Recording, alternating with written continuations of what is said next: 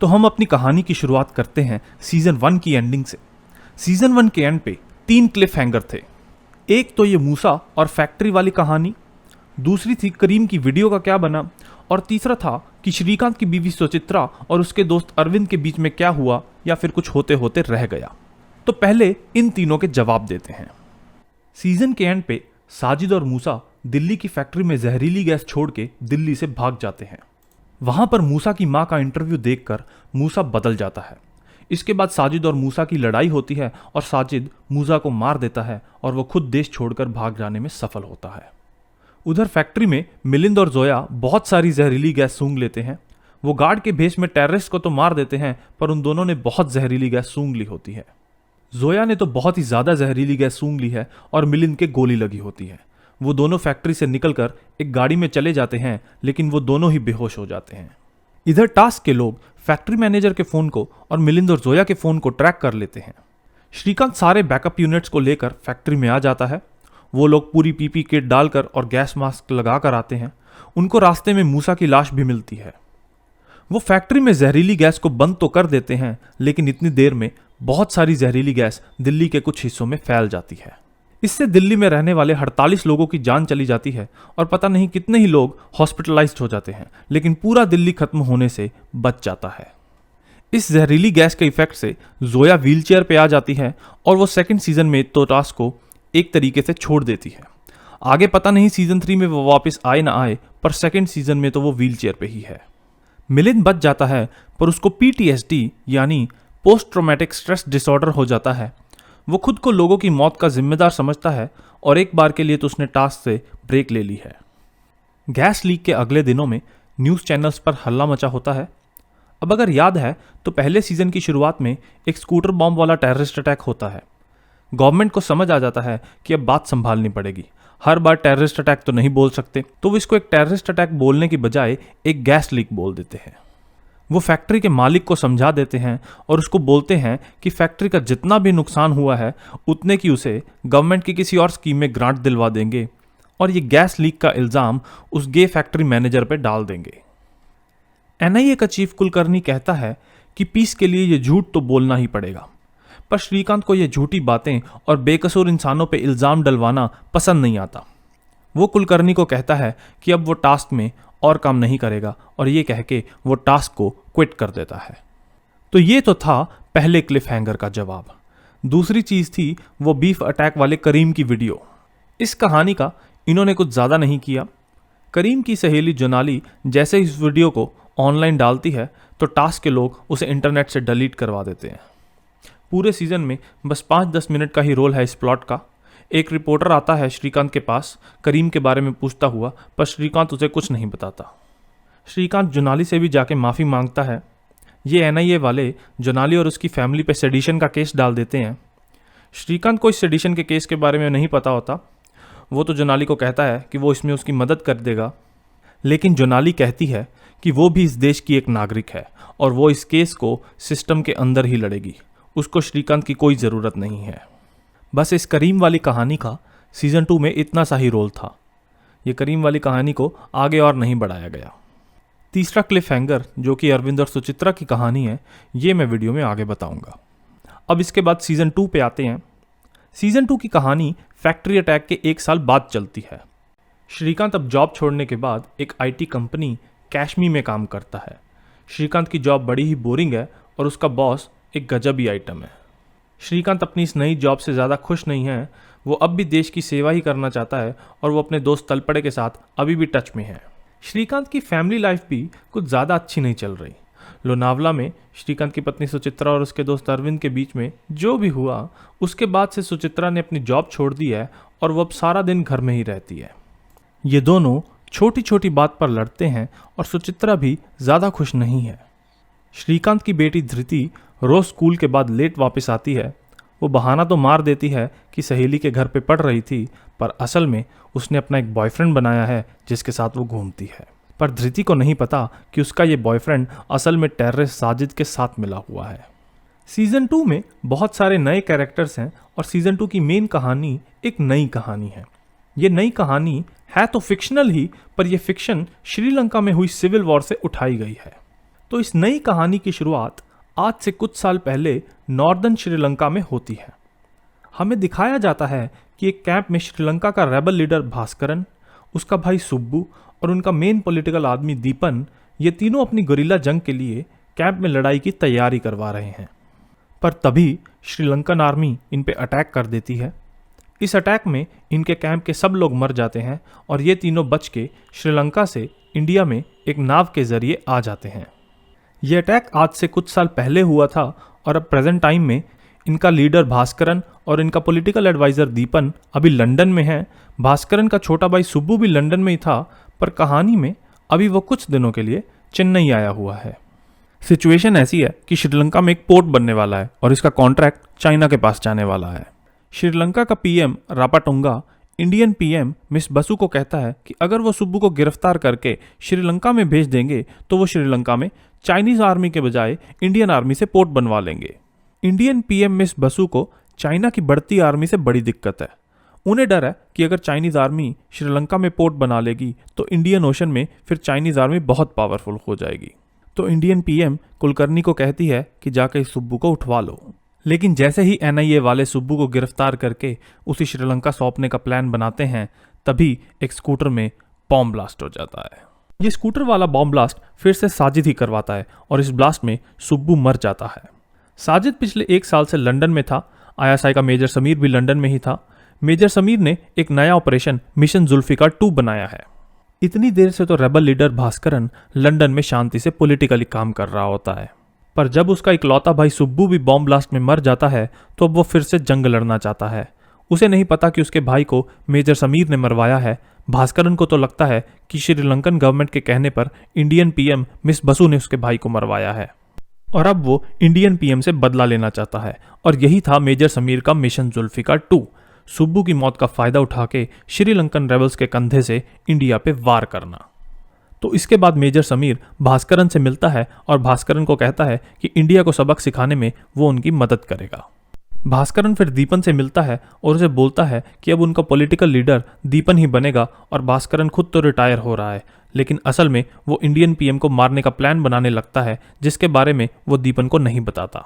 भास्करन अपने एक पुराने आदमी सेल्वा को कहता है कि जाके एक छोटी सी टीम तैयार करे जिसका लीडर सेल्वा होगा। टीम में सेल्वा के अलावा 2 आदमी कार्तिक और प्रभु भी हैं।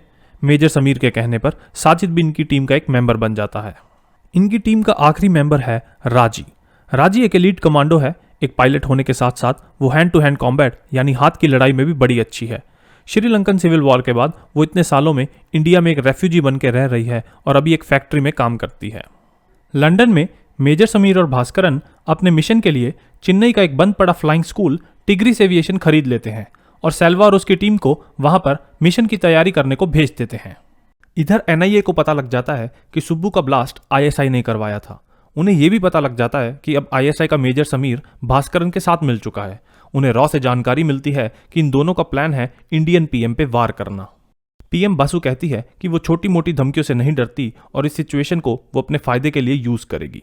वो श्रीलंकन पीएम को कहती है कि हाँ, इंडिया ने ही सुब्बू को ब्लास्ट में मरवाया है ताकि श्रीलंका के पोर्ट का कॉन्ट्रैक्ट इंडियन आर्मी को मिले और इसके लिए वो श्रीलंकन पीएम के साथ चेन्नई में मीटिंग रखती है। सुचित्रा के जन्मदिन पर श्रीकांत उसे एक रेस्टोरेंट में खाने के लिए बाहर लेकर जाता है, लेकिन श्रीकांत की एक छोटी सी बात पे सुचि उससे लड़ाई कर लेती है। वो उसे कहती है कि उसे श्रीकांत से कुछ देर के लिए एक ब्रेक चाहिए। श्रीकांत ये सुन के बड़े ही गुस्से में आ जाता है। अगले दिन जॉब पे श्रीकांत का मूड पहले ही ठीक नहीं होता है, लेकिन तभी उसका बॉस उसको परेशान करता है तो श्रीकांत उसके 3 थप्पड़ धर के जॉब क्विट कर देता है और टास्क को वापस ज्वाइन कर लेता है। श्रीकांत फिर टास्क के मिशन के लिए चेन्नई जाता है। वो तलपड़े के साथ मिलकर मिलिंद को भी दोबारा टास्क में आने के लिए मना लेता है। श्रीकांत यहाँ पे मुथ्थू से मिलता है जो कि टास्क की चेन्नई टीम का हेड है और चेन्नई में चेलम सर की मदद से उन्हें रेबल के सेफ हाउसेज की एक लिस्ट मिलती है।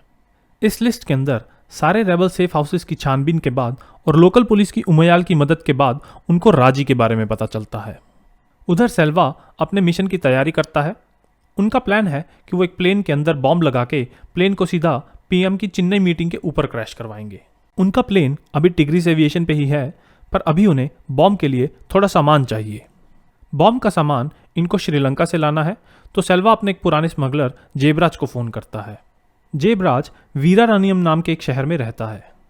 तो पहले सेल्वा, राजी और साजिद चेन्नई से वीराराण्यम जाते हैं और अगली रात को साजिद, राजी और जेबराज चोरी छुपे वीराराण्यम से श्रीलंका जाते हैं और वो बॉम्ब के सामान की लोकेशन पर खुदाई करते हैं।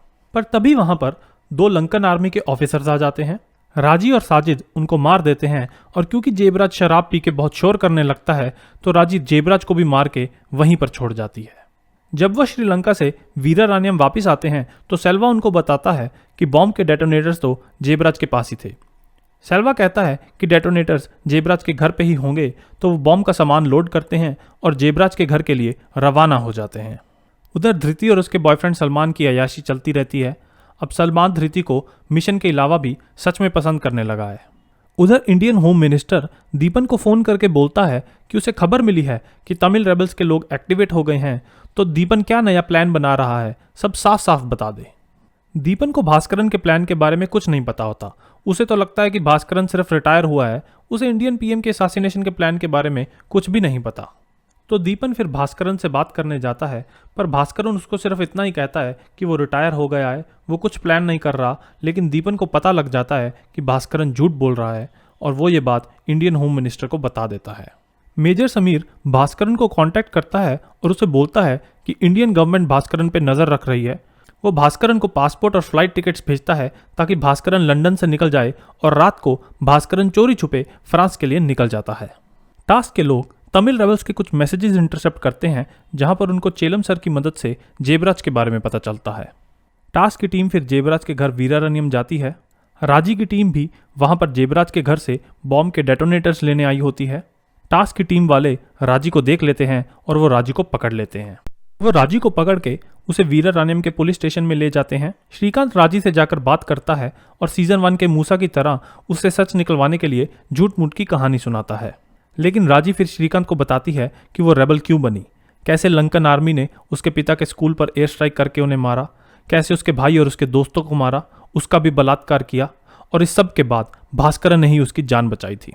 तो राजी बोलती है कि श्रीकांत उसके साथ जो मर्जी कर ले, वो कुछ नहीं बोलेगी। जिस पुलिस स्टेशन में श्रीकांत राजी को लेकर जाता है वो बहुत ही छोटा सा है और ये शहर वीराराण्यम वही शहर है जो कि एक जमाने में रेबल्स का बेस कैंप था। तो यहाँ के लोग आज भी रेबल्स को सपोर्ट करते हैं। सेल्वा और साजिद फिर वीराराण्यम में अपने सपोर्टर्स को ढूंढते हैं और इन सब को लेकर पुलिस स्टेशन पे अटैक कर देते हैं। टास्क के साथ लोकल पुलिस और तमिल रेबल्स के साथ उनके सपोर्टर्स, इन सब के बीच में फायरिंग स्टार्ट हो जाती है। होने वाली इस गोलाबारी में राजी तो निकल जाती है, पर टास्क का मिलिंद मर जाता है। साजिद राजी को लेकर वापस टिग्रिस एविएशन आ जाता है और वो धृति के बॉयफ्रेंड सलमान को फोन पे कहता है कि धृति को कल ही किडनैप कर ले। अब क्योंकि उनके पास बॉम्ब डेटोनेटर्स तो है नहीं और वैसे भी साजिद पहले भी बहुत बार स्कूटर बॉम्ब बना चुका है, तो साजिद कहता है कि बॉम्ब के डेटोनेटर्स वो खुद ही बनाएगा। वो बॉम्ब का डेटोनेटर बनाता है और राजी को गुड बाय बोल के श्रीकांत को सबक सिखाने और धृति को मारने के लिए मुंबई के लिए निकल जाता है। इधर टास्क के लोग पूरा बैकअप लेकर वापस जेबराज के घर जाते हैं। जेबराज के घर की छानबीन के बाद श्रीकांत को उसके घर पे बॉम्ब के डेटोनेटर्स मिलते हैं और उन्हें पता लग जाता है कि ये रेबल्स बॉम्ब ब्लास्ट करेंगे। अब इधर सलमान साजिद के प्लान को पूरा करने के लिए धृति को पहले मूवी देखने के लिए मॉल बुलाता है और मूवी के बाद धृति को अपने घर लेकर जाता है। वहां पर वो धृति की ड्रिंक में कुछ मिला के उसे बेहोश कर देता है और उसे बांध देता है। जब देर रात तक धृति घर वापस नहीं आती तो उसकी मां सुचित्रा उसकी सहेली को फोन करके उससे सब सच निकलवाती है। तब उसे पता लगता है कि धृति अपने बॉयफ्रेंड के साथ गई थी, जिसकी ना तो उनके पास कोई फोटो है और ना ही कोई कॉन्टैक्ट है। वो श्रीकांत को सब बताती है। श्रीकांत फिर धृति का फोन ट्रैक करवाता है तो उसे पता चलता है कि धृति का फोन तो कहीं रेलवे स्टेशन में गिरा हुआ मिला है। श्रीकांत बोलता है कि उसकी बेटी ने आज तक एक छोटी सी पिन तक नहीं खोई, तो फोन तो बिल्कुल ही नहीं खो सकती। उसको शक हो जाता है कि उसकी बेटी शायद किडनैप हो गई है। सुबह तक श्रीकांत चेन्नई से मुंबई वापस घर आता है। वो फिर उस मॉल में जाकर सीसीटीवी कैमरा चेक करता है, जहां से उसे सलमान की और उसके साथी सैयद की फोटो मिल जाती है। फिर लोकल पुलिस की मदद से उन्हें वो बिल्डिंग भी मिल जाती है जहां सैयद रह रहा होता है। इधर सलमान क्योंकि अब धृति को असल में पसंद करने लग गया है, तो वो धृति को मारना नहीं चाहता, पर वो उसे छोड़ता भी नहीं है। धृति उसे कहती है कि वो मरना नहीं चाहती और सलमान को कहती है कि उसके हाथ खोल दे। सलमान जैसे ही धृति के हाथ खोलता है तो वो देखता है कि कमरे में एक शीशे का कांच टूटा हुआ है और तभी धृति उस टूटे हुए कांच से सलमान के गले पे वार करके उसे मार देती है। वो उस जगह से भागने ही वाली होती है कि तभी साजिद और सैयद वहां आ जाते हैं। उधर श्रीकांत और टास्क की टीम लोकल पुलिस के साथ उस सैयद की बिल्डिंग के बाहर आ जाते हैं। साजिद को शक हो जाता है कि श्रीकांत को उनकी लोकेशन का पता लग गया है, तो साजिद और सैयद वहां से भागते हैं। तभी श्रीकांत वहां आ जाता है और वो लोग धृति को बचा लेते हैं। इस बार श्रीकांत पूरा बैकअप लेकर आया है। जैसे ही साजिद और सैयद भागने लगते हैं तो पुलिस के लोग उन्हें देख लेते हैं। गोलाबारी होती है और इस गोलाबारी में सैयद और साजिद दोनों ही मर जाते हैं। उधर मुत्थू और तलपड़े को पता लग जाता है कि क्योंकि राजी और सेल्वा दोनों ही पायलट लोग हैं तो बॉम्ब ब्लास्ट पक्का प्लेन के जरिए होगा। आसपास के सारे एयरपोर्ट और फ्लाइंग स्कूल की इन्वेस्टिगेशन के दौरान वो टिग्रीस एविएशन पे पहुंच जाते हैं, पर राजी और सेल्वा वहां छुप कर बैठे होते हैं। तलपड़े और मुत्थू जब वहां की छानबीन करते हैं तो उन्हें बॉम्ब दिख जाता है, लेकिन तभी राजी और सेल्वा फिर बाहर आ जाते हैं और उन सब के बीच में गोलाबारी स्टार्ट हो जाती है। मुत्थू तो बच के सही सलामत भाग जाता है, लेकिन तलपड़े को गोली लग जाती है और वो हॉस्पिटलाइज्ड हो जाता है।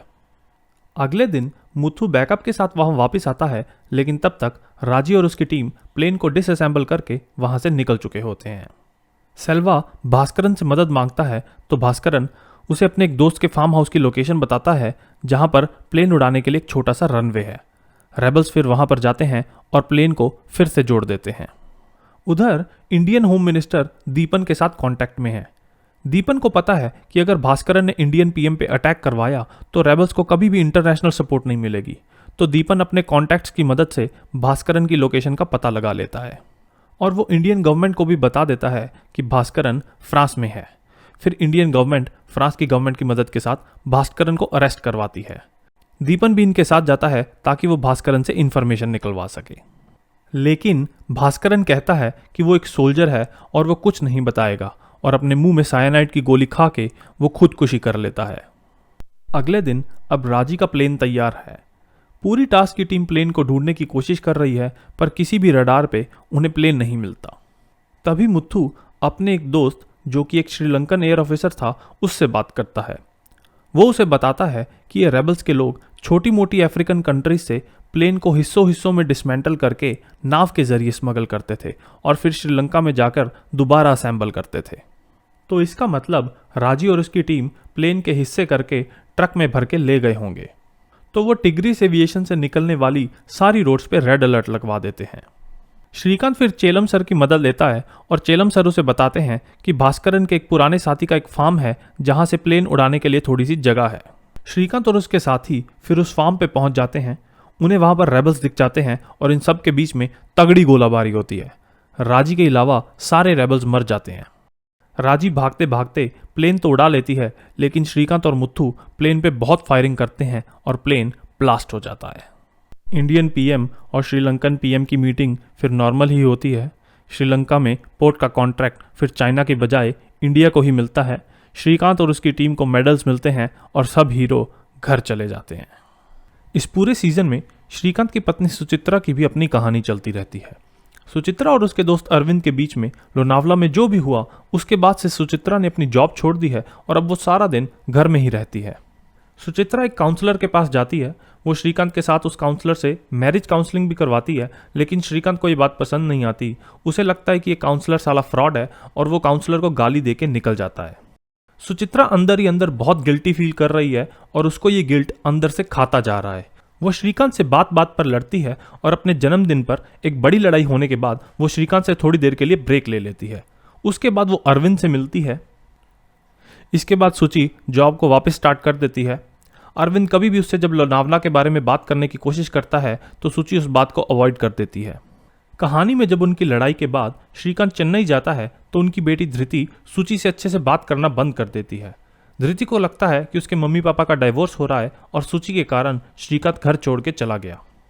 इसके बाद कहानी में धृति किडनैप हो जाती है। फिर श्रीकांत उसे वापस ले आता है और फिर वो धृति को अपने जॉब की सच्चाई बता देता है। इस सब के बाद कहानी के अंत में श्रीकांत फिर सुचि से पूछता है कि वो बड़ी परेशान लग रही है, क्या वो श्रीकांत को कुछ कहना चाहती है। सुचि रोने लगती है और इसके बाद वो उसको जैसे ही बताने लगती है कि तभी सीजन एंड हो जाता है। इस बात को फिर से क्लिफ हैंगर पे छोड़ दिया गया। अब अगले सीजन में ही पता चलेगा कि लोनावला में क्या हुआ या कुछ होते होते रह गया। कुछ तो हुआ है जो इतना बड़ा घोटाला सा दिखाया इस सीजन में। सीजन 3 कंफर्म हो गया है। जब सीजन 3 आएगा तब ये वीडियो आपके बड़े काम आएगी। तुम्हारे 20 घंटे बच जाएंगे। सीजन 1 और सीजन 2 का रिकैप यहीं देख लेना। इस वीडियो को या तो बुकमार्क कर लो या फिर चैनल सब्सक्राइब कर लो। काम पसंद आया तो लाइक कर देना। Thank you guys for watching, see you next time.